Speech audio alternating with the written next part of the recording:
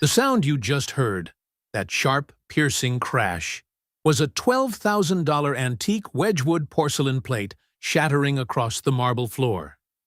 And yes, that was the fifth one this week. 10-year-old Chloe Kingsley, the only daughter of billionaire Lauren Kingsley, had long carried a reputation that made even adults hesitate. She had reduced military-trained tutors to tears on their very first day, and Ivy League-educated psychologists would rather run than spend one more minute with Chloe. Chloe was like a hurricane dressed in Chanel, a riddle that no amount of Lauren's money could solve. The media had given the girl a title that sent chills down people's spines: the uncontrollable heiress. Lauren Kingsley, meanwhile, was standing on the edge of collapse. She had tried everything, every specialist, every therapy, every piece of advice, except him. Grant Nolan, 32 years old, a single father working as a janitor in an office building in Boston. He was 3 months behind on rent, raising a 6-year-old son, and, to be completely honest, he couldn't tell the difference between a high society gala in Beacon Hill and a picnic in Boston Common. And he was about to do something no one had ever dared to do. He was about to say no to Chloe Kingsley. If you've listened this far and feel like this story is about to pull you into something big, hit subscribe so you won't miss what comes next. Our stories always begin at moments like this. So then, what happens when a girl no one can control meets a single father who's not afraid of anyone? Are you ready to find out? The Harbor Cafe wasn't the kind of coffee shop Boston's elite mentioned in glossy magazines, but it had a dignity of its own. Located on Newbury Street, just far enough from Back Bay to keep prices reasonable, it served lawyers grabbing a quick lunch and artists lingering over a single cup of coffee for hours. Grant Nolan knew every one of them. At 32, Grant moved with a kind of almost athletic agility. His mind often drifted to distant places, calculating interest on overdue bills or dissecting a theory from the psychology book he kept hidden under the counter. Grant was an observer. He noticed the trembling hands of a businessman before the man ordered a double espresso, the exhaustion on a young mother's face before she asked for the check. Grant's life was a lesson in controlled chaos. 2 jobs, daytime janitorial work at Kingsley Industries, nighttime shifts at the Harbor Cafe, and a 6-year-old son named Ethan, the child Grant had been raising alone since his wife passed away from a terminal illness 3 years earlier. Grant was tired, but he hadn't collapsed. The name Lauren Kingsley was something he knew only from the covers of Forbes and the Wall Street Journal. She was the queen of Boston's biotech world, the woman who had built Kingsley Biotech from a tiny laboratory into a global biomedical empire. She was also notoriously reclusive after her husband, Jonathan Kingsley, died in a boating accident 2 years earlier. But the name Chloe Kingsley echoed in a very different way, a shared dread among Boston's most seasoned service workers. The girl was a legend. Expelled from Pembridge Academy for coding spam software that crashed the school's email system, responsible for firing a team of 12 people, including a Michelin-starred chef, by accusing them of contaminating the air with garlic odor. 10 years old, and she had already racked up more power victories than a miniature dictator.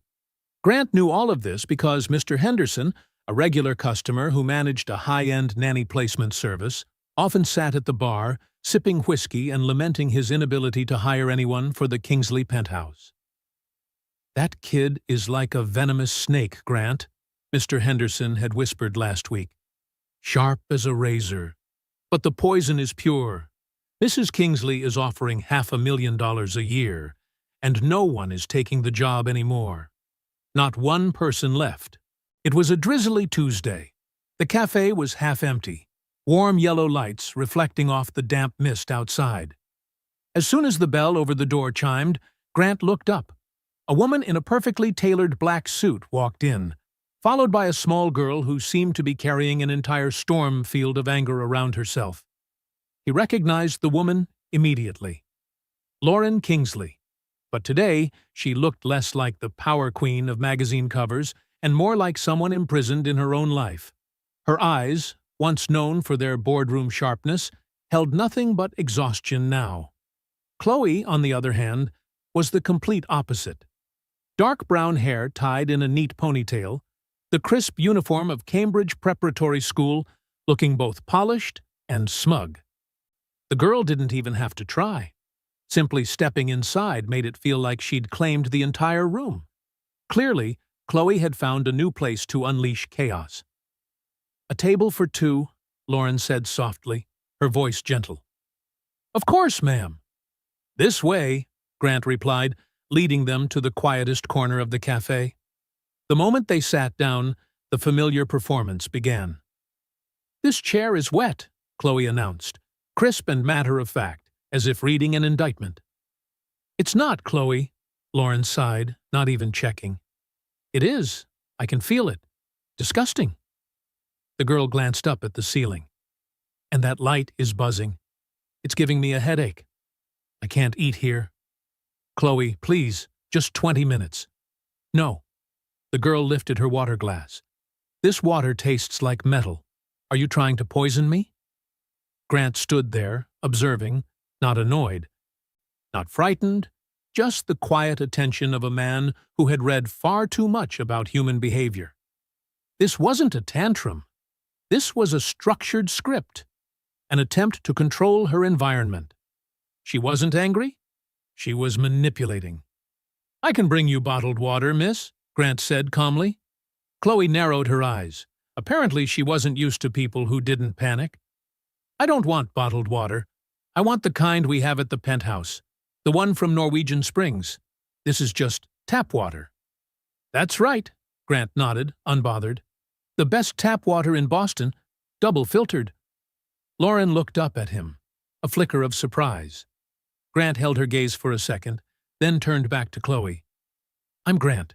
I'll be serving you both today. Would you like me to bring you the best tap water again?" Chloe stared at him. The air tightened like a drawn bowstring. This was the moment when nannies fled, or managers apologized profusely. But Grant simply stood there, notepad in hand, as steady as an anchor in a storm. "I," Chloe said, her voice dropping low, "want a grilled cheese sandwich, but it has to be on multigrain bread, not white. And I want Gruyere, but not aged Gruyere. Cut off the crust. Don't cut it into triangles. Cut it into squares. And if there's even a little brown on it, I'm sending it back." "All right," Grant said, noting every detail.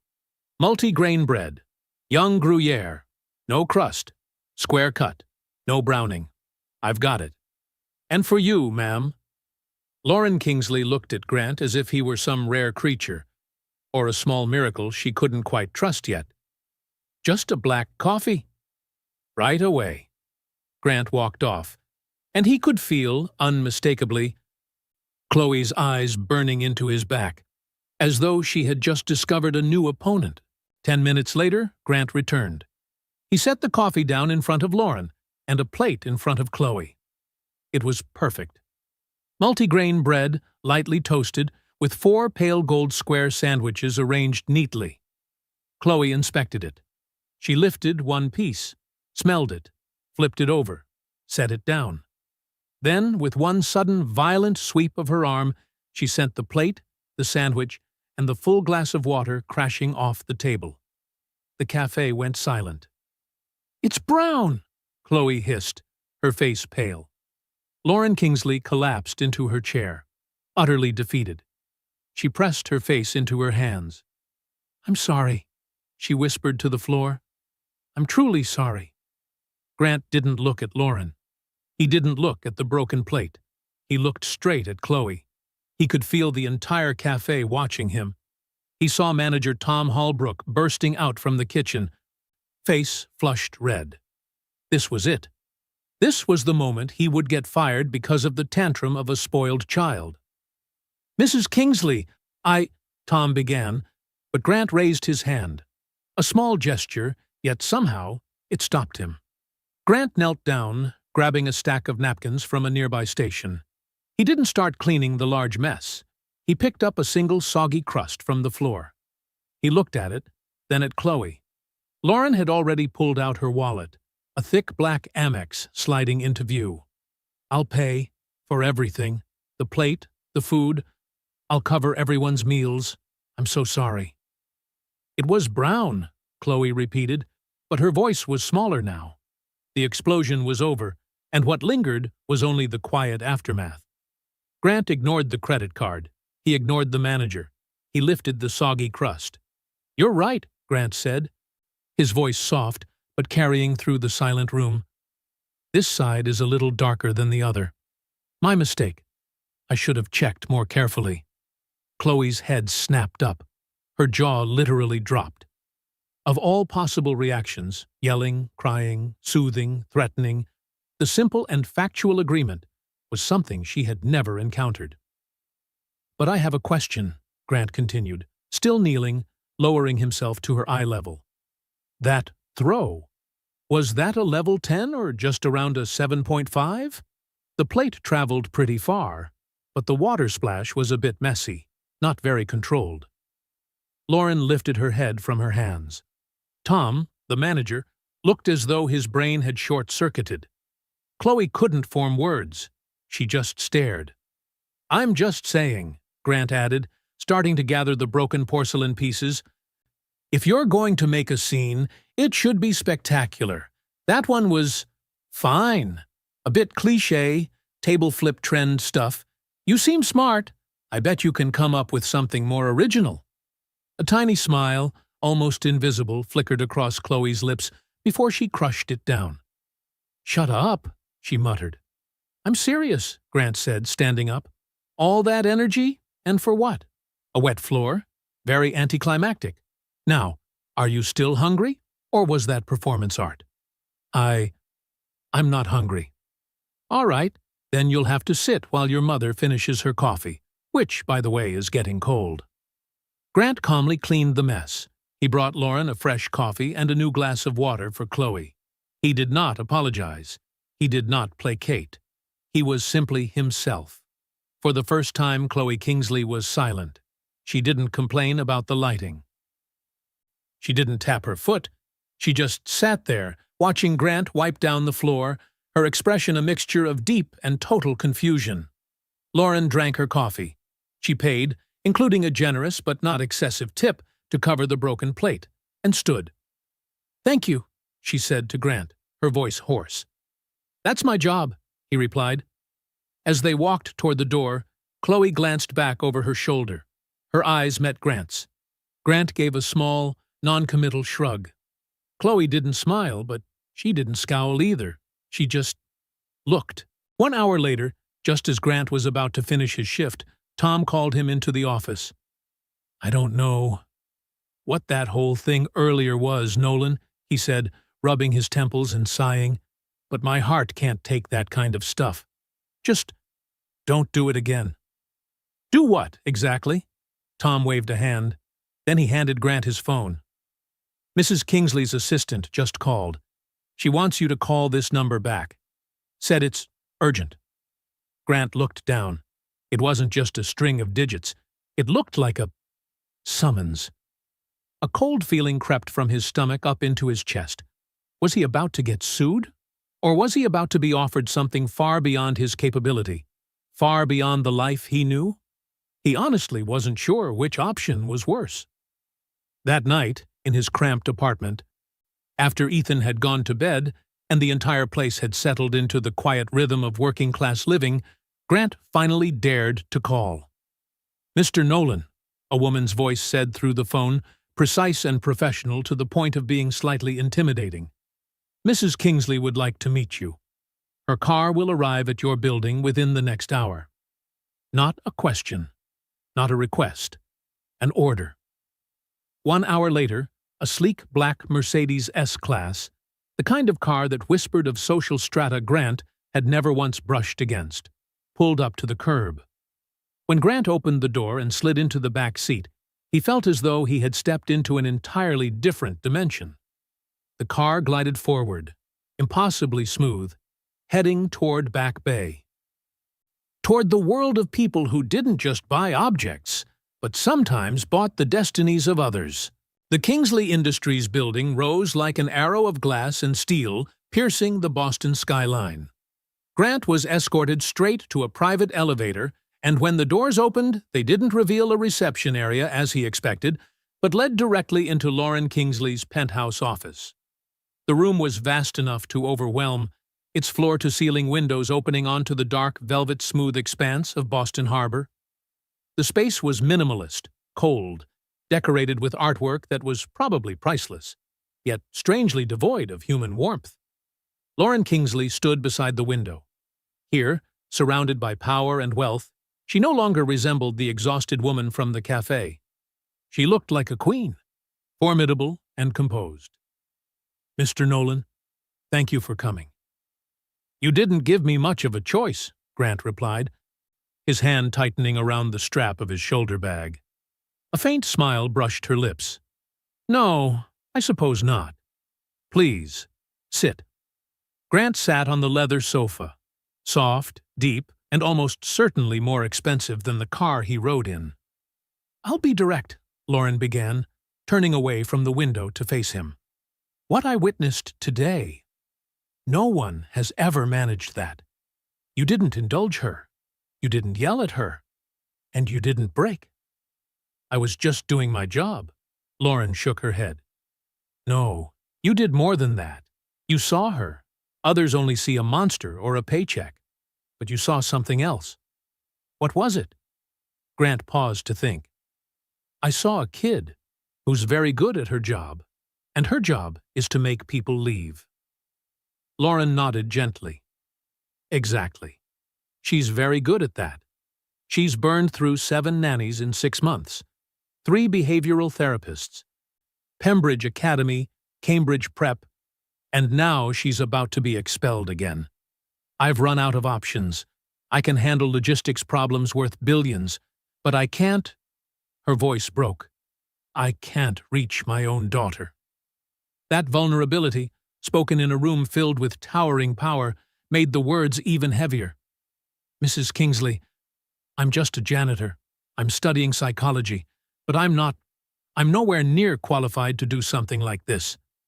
"The qualified ones already failed," she said, walking toward her desk. "They came with degrees and methodologies, and she devoured them in 3 minutes. They're afraid of her, or they're afraid of me. But you're not."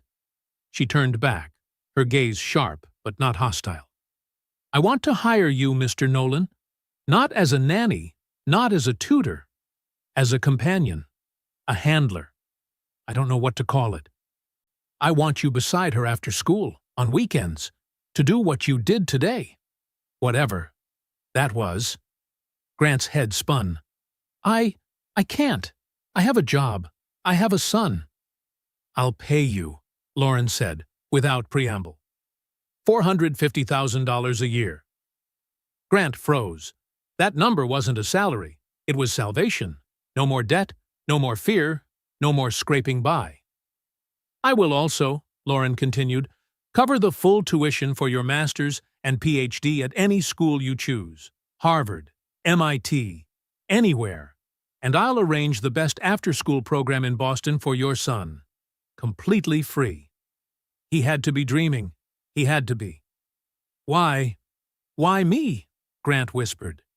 "Because you're the first person she's looked at without contempt in 2 years. And because you dared to call her boring." Grant didn't have time to react before a voice sharp as a blade sliced across the room. "Lauren, you cannot be serious." A woman stepped out from the inner office. Tall, thin, elegant to the point of severity, a minimalist black dress, a Bottega Veneta bag, a perfectly cut blonde bob. She looked at Grant with pure, naked disdain. "This is a child, not a stray dog. You can't just pick up some man off the street and bring him home." "Evelyn, this doesn't concern you," Lauren said, her tone instantly colder. "Chloe is my niece. It concerns me entirely," Evelyn Mercer snapped. Then she stabbed her gaze into Grant. "You're a janitor. What could you possibly offer my niece? A gourmet grilled cheese recipe? Lauren clenched her jaw. Evelyn. No, Grant said, his voice steadying again as he stood. You're right, Mrs. Mercer. I'm not qualified. I don't have prestigious degrees, and I don't belong in this world. He gestured at the gold-edged room. But I have nothing to lose. Everyone else wants to keep their job, wants to impress you. He looked directly at Lauren. I don't want your money. Both Lauren and Evelyn stared at him, startled. I mean, I do, Grant corrected quickly, face flushing. It's an insane amount of money, but it can't be the reason I do this. If I agree, I have conditions. Evelyn scoffed. Conditions? You have no right. What conditions? Lauren interrupted. One, Grant said, standing tall. You're right. I'm not a nanny, and I won't play one. I'm not a servant. I'm not a friend. I'm just a person. I'm not here to fix her. I'm here to be with her. Agreed, Lauren said instantly, without hesitation. Two, Grant continued, turning to Evelyn. Mrs. Mercer needs to stay away from me, and stay away from Chloe, when I'm with her. Your involvement is not helping. Evelyn's face stretched tight, trembling with anger. How dare! Mrs. Kingsley, Grant asked, eyes locked on Lauren. Lauren looked at her sister, then said each word clearly. Evelyn, I am handling this. Please, step out. You'll regret this, Lauren, putting my niece in the hands of an amateur. Reckless. Evelyn shot Grant a look so poisonous the air seemed to freeze before she strode out. Lauren turned back. And the third condition? 3, Grant said, taking a breath. You have to participate. I'm not your replacement. If I call you, you show up. If I say you need to be at dinner, you're there. No excuses. No board meetings. No busy schedule. Otherwise, this is pointless. Your money can't buy you an escape from this. Lauren Kingsley, the woman who could make the entire Boston tech industry tremble, looked at a 32-year-old janitor giving her demands. And for the second time that day, she did something no one expected. She smiled. A real smile, tired but genuine. When can you start?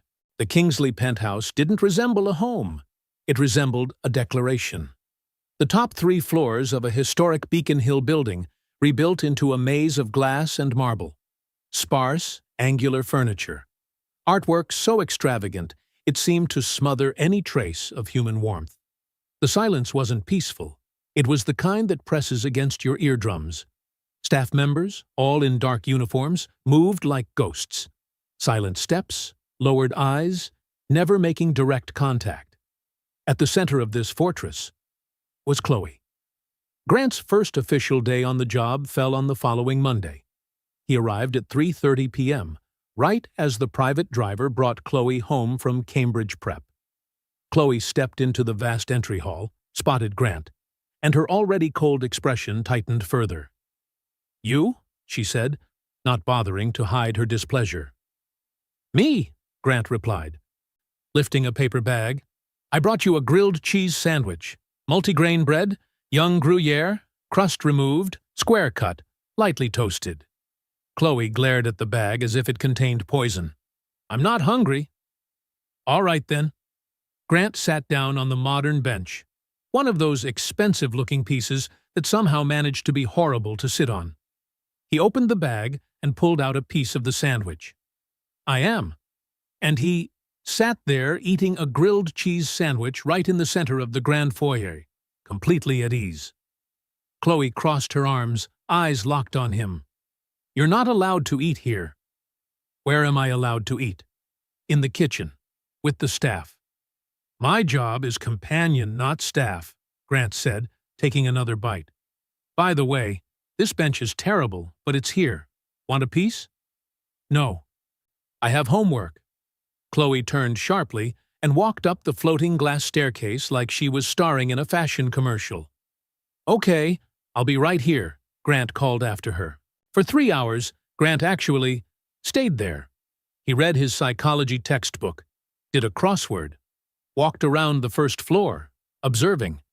And what unsettled him most was the lack of life. No family photos, no personal trinkets, no traces of living. Just a perfectly curated design. So perfect, it was soulless. At 6:30, a chef appeared and announced softly that dinner was ready. Grant stepped into the dining room, a hall-sized space with a table long enough to seat 30 people. But there were only 2 place settings, one at each far end.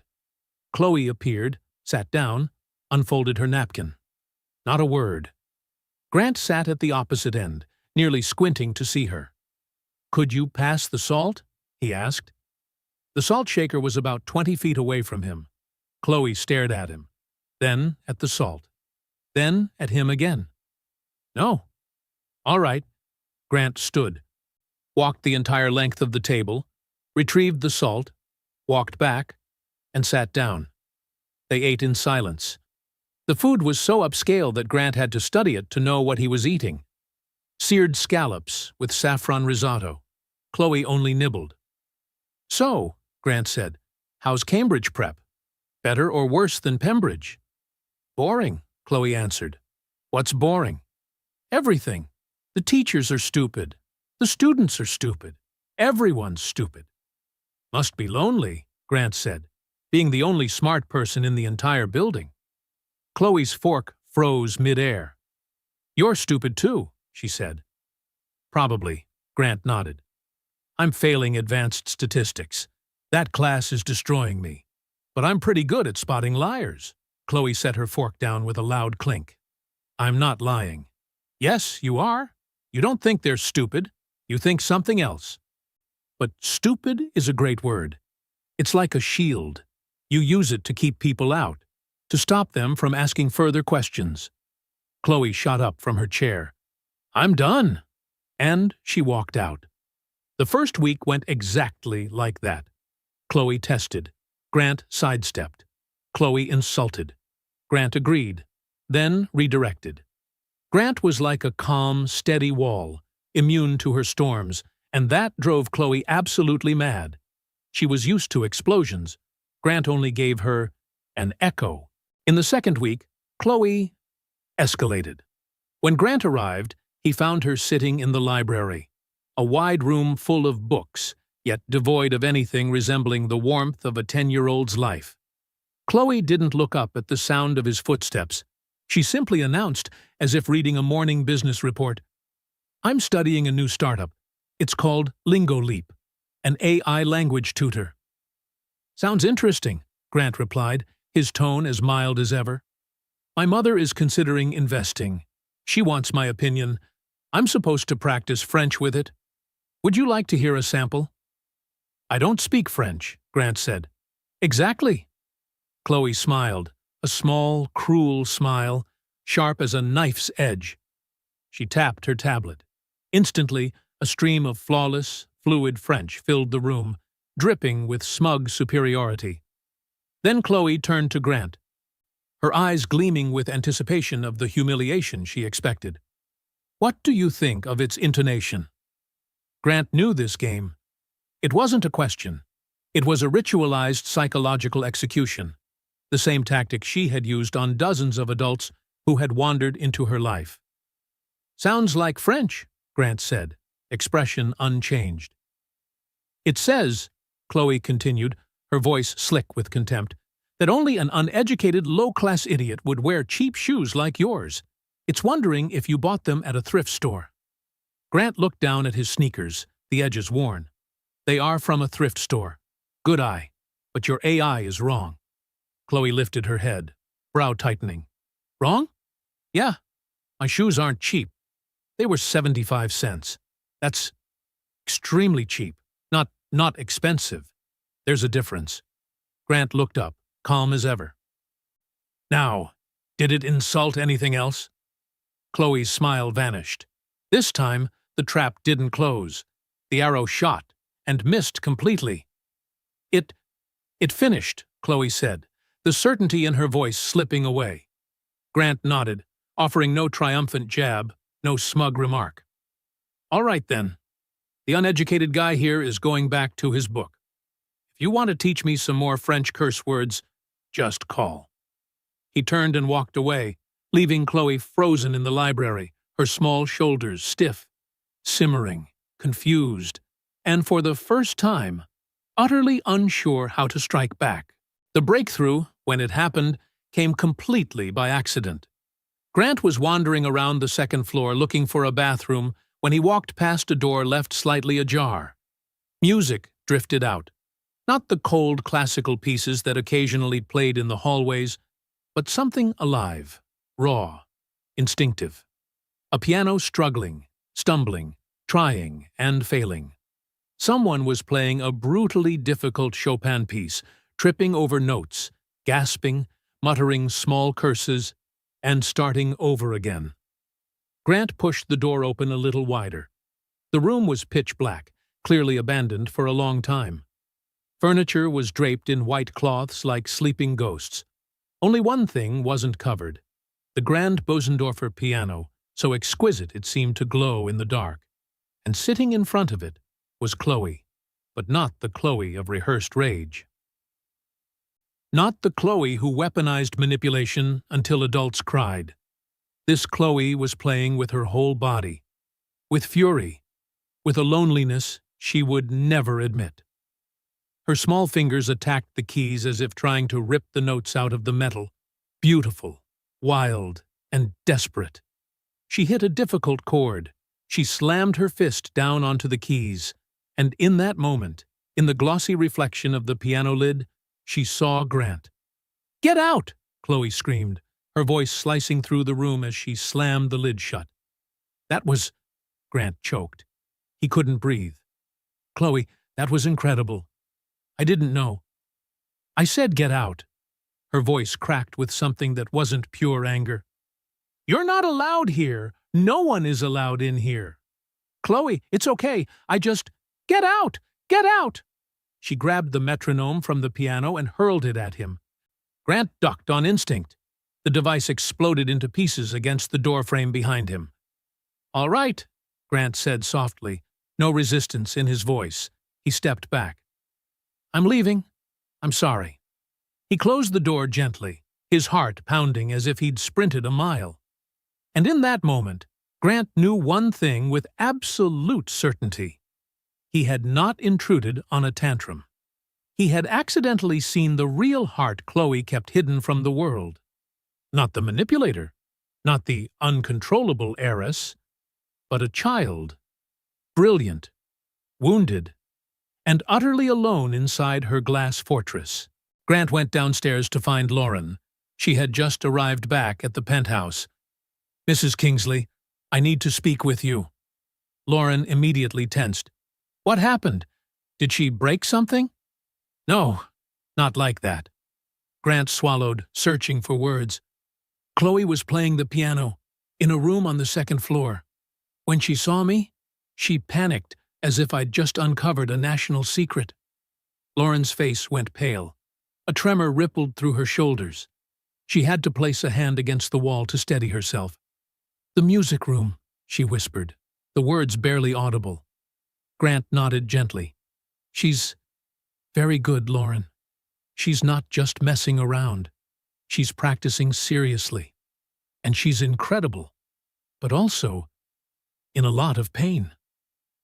Lauren closed her eyes for a second, then opened them again, filled with a haunted look. "That room belonged to my husband, Jonathan. He was a concert pianist. That was his space. I locked it after he died. I didn't even think Chloe had a key." "She doesn't just have a key," Grant said, sensing the pieces falling into place. "She's been practicing in there, alone, and that room seems like the one place where all the feelings she won't show anyone else finally explode." Lauren stared at Grant, her eyes hollow, as if she'd just heard a verdict. "I thought I was protecting her," she whispered, "by locking that door, by moving forward. But all this time, she's been going back in there, in secret, alone, with her grief." The discovery of the music room changed everything. Lauren, though still shaken, had given Grant full permission to approach Chloe and talk about it. But Chloe immediately shut down. She closed her bedroom door, locked it, and declared herself sick. The walls went back up, thicker, higher, colder. 3 days later, Grant was sitting on the floor just outside Chloe's bedroom door. "Chloe, it's Grant. I left a bowl of soup outside your door." He heard a faint breath slip through the gap beneath it. Grant sat down, leaning against the wall, his voice quiet but steady enough to cut through the heavy silence between them. "You know," he said, "I used to be like you." The door cracked open slightly. Chloe peeked out, her eyes red from crying. "You used to be like me?" "Yeah," Grant nodded. When Sarah died, I was angry. Really angry. I snapped. I broke things. I hurt people because I wanted them to feel what I felt." The door opened wider. Chloe stood there, small, exposed, stripped of all her usual armor. "And what happened then?" she asked. "My neighbor," Grant said, offering a faint smile. "Martha Abbott. An old Italian lady who always smelled like flour and oregano. She didn't try to fix me. She just sat with me. She taught me how to play chess. And every time I blew up, she'd look at me calmly and say, 'That was a very dramatic move, but not a smart one. Find a smarter move.'" Grant looked at Chloe. "Everyone told me to move on. But Martha never said that. She just stayed. And little by little, I started finding calmer, smarter moves." Chloe slid down to the floor beside him, pulling her knees close to her chest. "I miss my dad," she whispered. "Every single day." "I know. Everyone keeps telling me to move on. They tell me to stop talking about him. But if I stop talking about him, then what? Then he disappears for real." Grant nodded. "I understand. With Ethan, my son, we still talk about his mom every day. We look at pictures, we tell stories, because she's still part of us." Chloe stared down at the floor. "My mom," her voice trembled. "She locked my dad's room. She never talks about him. It's like he never existed." "Not because she wants to forget," Grant said gently, "but because it hurts too much. Adults don't always know how to face things. They think if they don't talk about the pain, it'll go away. But really, it just makes the wound deeper." And that was when Chloe started to cry. Not the angry kind she used as a weapon, but the raw, breaking sobs of a child who had carried too much grief for far too long. "I was mad at my dad," she choked out. The day of the accident." Grant stayed quiet, giving her space. "That day, we were at the Marblehead Marina. He wanted to take me sailing. But I wanted to stay home and play games. And I told him I hated him." Tears streamed down her face. "He laughed," Chloe sobbed. "He said, 'All right, little princess, I'll prove you wrong. You'll see how fun sailing is.' Then he left by himself. And there was a storm. And he never came back." Grant pulled her into his arms, and Chloe didn't fight it. She clung to him like he was the last solid thing keeping her from sinking. "He never came back," she wept. "And the last thing I ever said to him was, 'I hate you.'" "He knew you didn't mean it," Grant said, his throat tight. "Fathers, they know." "No," Chloe shook her head desperately. "Aunt Evelyn told me at the funeral. She said, 'Your mother's heart is shattered. She'll never forgive you for this.'" Grant felt the blood in his body turn to ice. "Evelyn." "And my mom?" Chloe continued. "She doesn't talk about my dad. She locked his room. She doesn't say his name. She does that because she hates me. Because she blames me. And she's right. There. That was the poison. Not just grief, but guilt, planted inside a child's heart by Evelyn. And Lauren's long silence had only let it rot. "Chloe," Grant said, pulling back just enough to look her in the eyes. "Your Aunt Evelyn lied to you. But my mom? Your mom is not a bad person," Grant said, his voice firm in a way it rarely was. "She's just completely broken in her own way. She doesn't talk about your dad because she blames you. She doesn't talk about him because the pain is too much. But we're going to make her face it." "No," Chloe whispered, shaking her head. "I can't." "Yes, you can. I'm not letting Evelyn win, and I'm definitely not letting her ruin your life for one more day." Grant pulled out his phone, dialed Lauren. "You need to come home, right now." "Grant, I'm in a meeting." "I don't care if you're negotiating Middle East peace talks. Chloe needs you. Come home, now." Grant hung up. He didn't wait for an answer. 25 minutes later, Lauren Kingsley burst into the penthouse. Her face was pale, tight with panic. "What happened? Is she hurt? What happened?" Her eyes swept the room, then landed on them in the living area. Chloe sat curled up on the sofa, her face blotchy and swollen from crying. Grant stood in front of her, calm like a living shield. "What is going on?" Lauren asked, her voice shaking but powerful. "She needs to tell you something," Grant said, "and you need to listen. No interrupting." Lauren looked at her daughter. "Chloe, tell me, what is it, sweetheart? What's wrong?" I... Chloe's voice cracked, her eyes flicking toward Grant. He gave a small nod. "I killed Dad," Chloe whispered. Lauren's face shattered instantly. "What? What are you talking about, Chloe?" "Dad?" Chloe's voice trembled like a leaf. "I told him I hated him, and then he went sailing, and he fell. It was my fault. I know you blame me. Aunt Evelyn said—" "Evelyn?" Lauren breathed, a whisper laced with danger. She sank to her knees in front of her daughter, lifting Chloe's face with trembling hands. "Chloe, look at me." Chloe lifted her gaze, tears spilling freely. "What did Aunt Evelyn say to you?" "That you'd never forgive me. That I broke your heart." A sound escaped Lauren, deep, guttural, and painful. Grant had to look away. The grief in that moment was too raw to witness directly. Lauren wrapped her daughter in her arms, holding her tightly. "Oh, God! Chloe, no! Never! It was an accident, a horrible accident. You are not to blame. Not for 1 second did I blame you. But you locked Dad's room. You never talked about him." "Because I was stupid," Lauren said, her voice fracturing into pieces. "I thought I was protecting you. But really, I was running. I couldn't look at his things, couldn't hear his music. It hurt too much. I thought I was doing the right thing. But I was wrong. So wrong. Oh, Chloe, I'm sorry. I'm so sorry." For the first time in 2 years, they were no longer a billionaire CEO and the greatest challenge of her life. They were simply a mother and a child, broken, clinging to each other so they wouldn't collapse.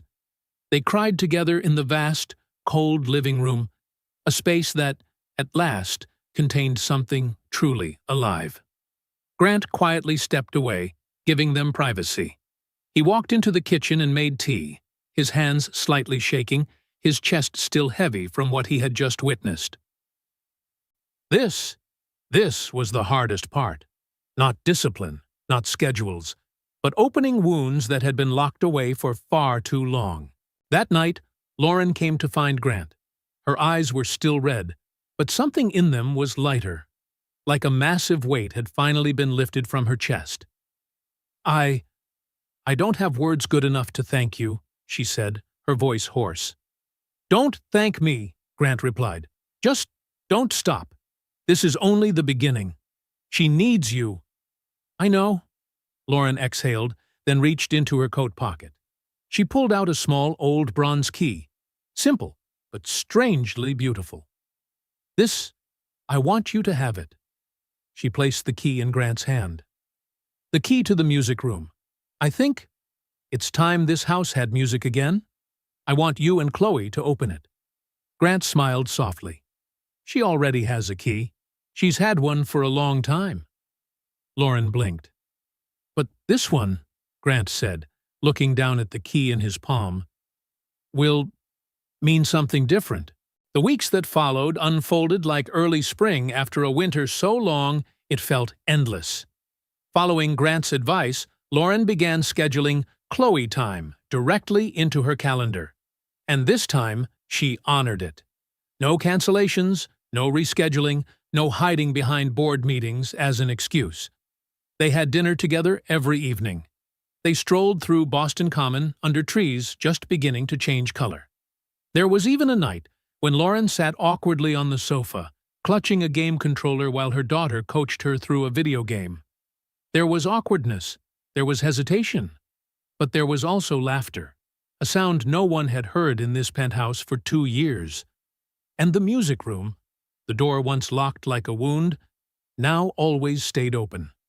Grant and Chloe spent hours beside the Bösendorfer. Grant, who only knew a few simple pieces from childhood, tapped out clumsy melodies while Chloe sat beside him, frowning as she corrected every note, every finger, every beat. Her small fingers flew across the keys like wind. "Not like that," Chloe grumbled. Then she played the passage exactly as it should be played. For the first time in her life, Chloe was teaching someone. And from that tiny spark of confidence, she began to bloom. Not into an angel, but into a more human, more honest version of herself. She was still irritable, still sarcastic. But the venom had faded like morning mist. One evening, Lauren stood leaning against the doorframe of the music room, watching the two of them. Chloe tilted her head in concentration, Grant stumbled over a wrong note, and Chloe burst into laughter, the rare kind that almost never appeared. Tears pricked at the corners of Lauren's eyes. She looked at Grant. Grant looked back. No words, just a small nod, a silent thank you shining in her gaze. Evelyn Mercer's absence over the past few weeks was almost unnatural. Lauren had politely but bluntly asked her not to come to the penthouse anymore. But for someone like Evelyn, silence had never meant surrender. And that silence, to Grant, was more frightening than any threat. And then, the axe fell on a Thursday. When Grant arrived at the penthouse, he felt the atmosphere sink around him like stone. The staff huddled in the kitchen, whispering, eyes avoiding his. "What's going on?" Grant asked Linda Carver, the head housekeeper, usually as warm as a fresh-baked pie. Today, she wouldn't look at him. "Mrs. Kingsley is in her office," Linda whispered. "She wants to see you. And Mrs. Evelyn is there too." A cold line ran down Grant's spine. He walked to the office. The door was open. Lauren stood behind her desk, her face a stone mask, unreadable. Evelyn sat on a leather chair, legs crossed, wearing a look of sympathetic concern. The most terrifying expression Grant had ever seen on her. "Grant, come in," Lauren said, her voice strangely flat. "What's going on? Where's Chloe?" Grant asked. "In her room," Evelyn replied, her voice sweet as honey mixed with poison. "She's very upset. I'm sure you can imagine." "What happened?" Grant turned to Lauren. Lauren swallowed, then spoke. "This morning, I found something missing from the safe in my dressing room. A diamond necklace. It belonged to Jonathan." Grant's chest tightened. "What?" "His favorite necklace," Evelyn added smoothly, seizing the moment. "The Cartier Riviera." I don't understand. What does that have to do with me?" Grant asked, feeling heat rise to his face. Lauren looked at him with pained eyes. "When I saw it was gone, I asked the staff. No one saw anything. But Evelyn said she needed to check something." Evelyn sighed, as if the situation pained her deeply. "I know you have freedom to move around the house, Grant. You're not staff. You come and go. I just had a bad feeling. So I checked your coat in the closet, the one you left here yesterday." She placed something on the desk, a small pawn shop receipt, white and flimsy, from a shop in the South End. The date? Yesterday. "We called the shop," Lauren said, her voice like ashes. "They have the necklace." Grant's breath caught.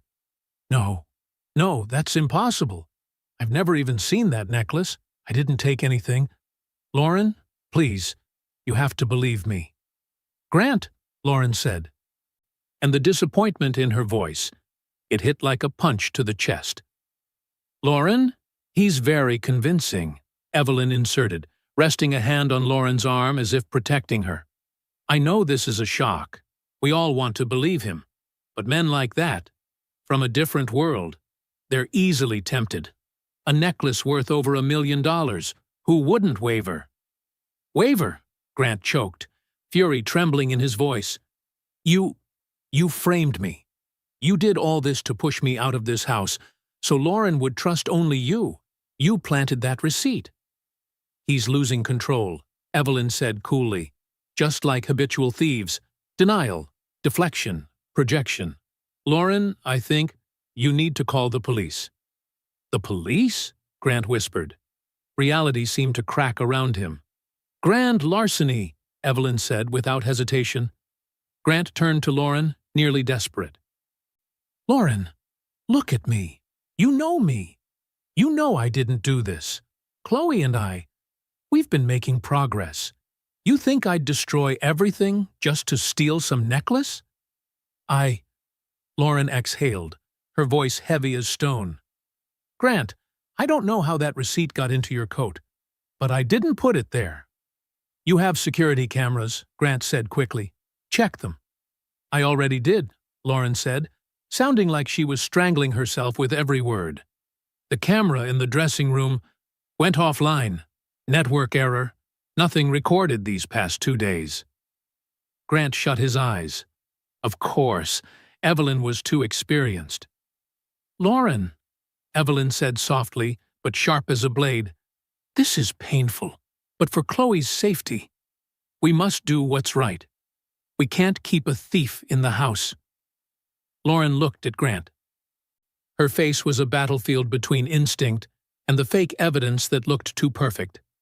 Finally, she lifted her phone. Grant stopped breathing. But Lauren didn't call the police.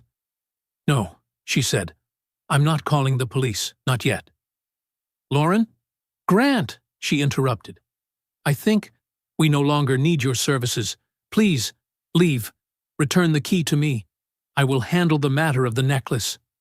Not an arrest, but a cut far deeper. She was firing him, and worse, she believed he might have done it.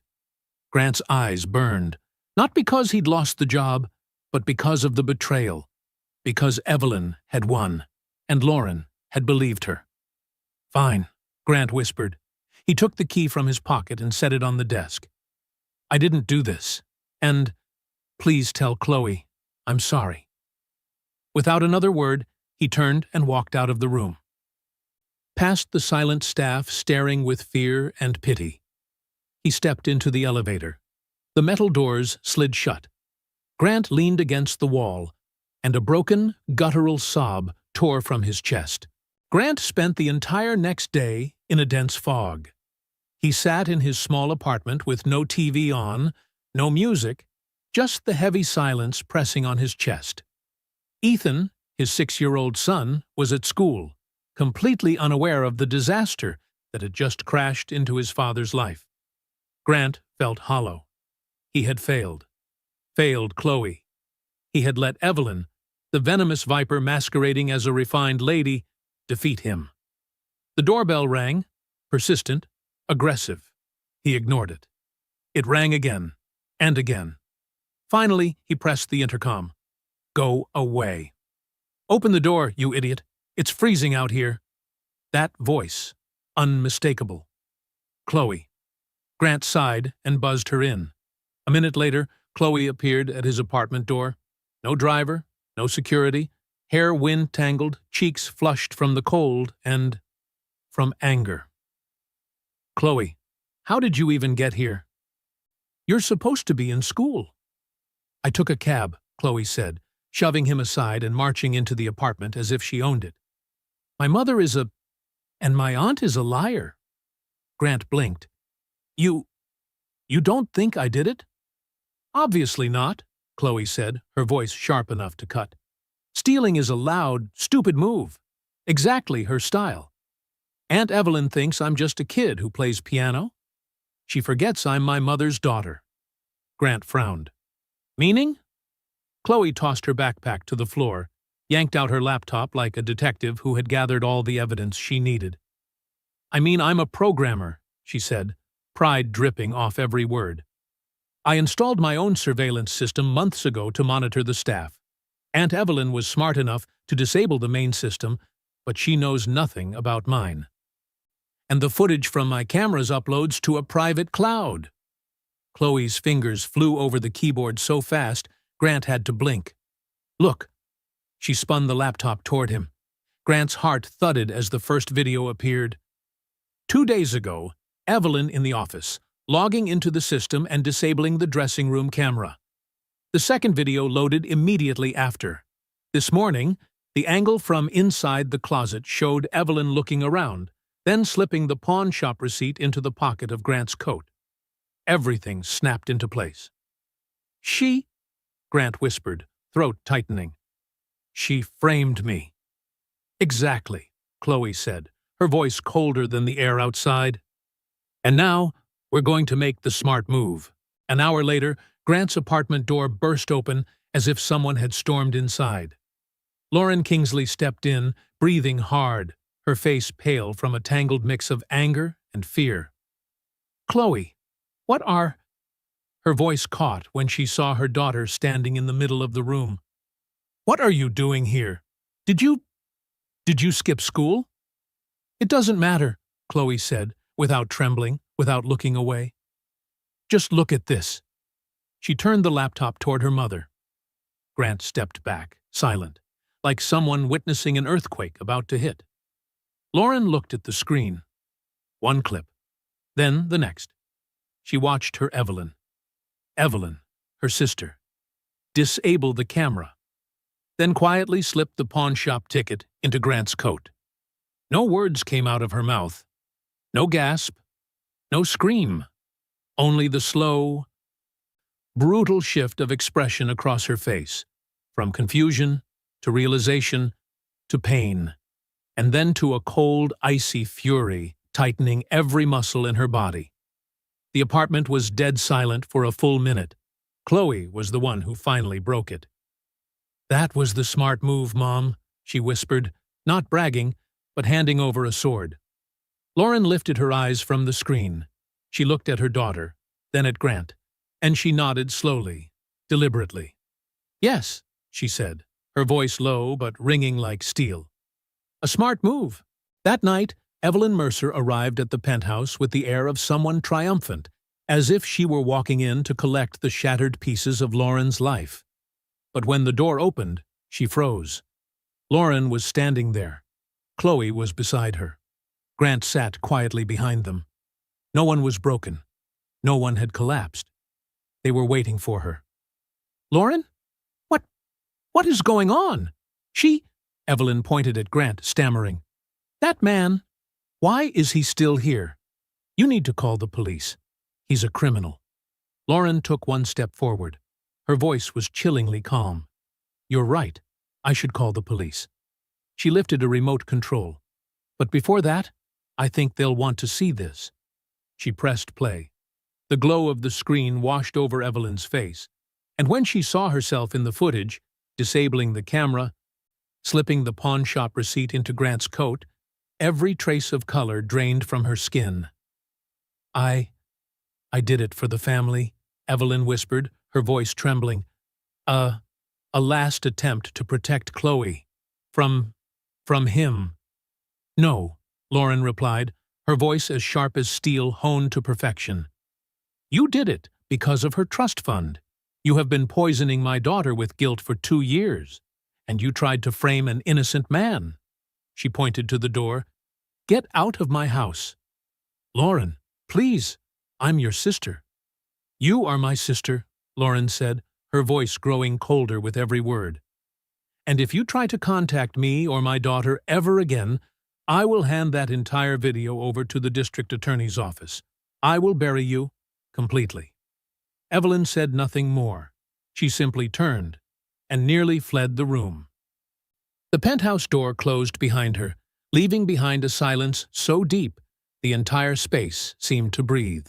Lauren turned back. Her eyes met Grant's, and shame rose so sharply her voice came out ragged. "Grant, an apology isn't enough. What I did, accusing you, driving you out, was unforgivable."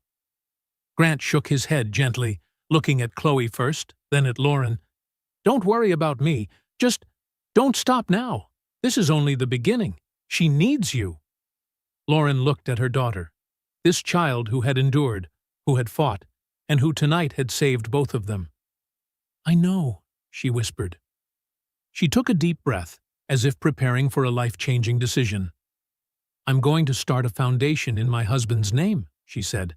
"The Jonathan Kingsley Project.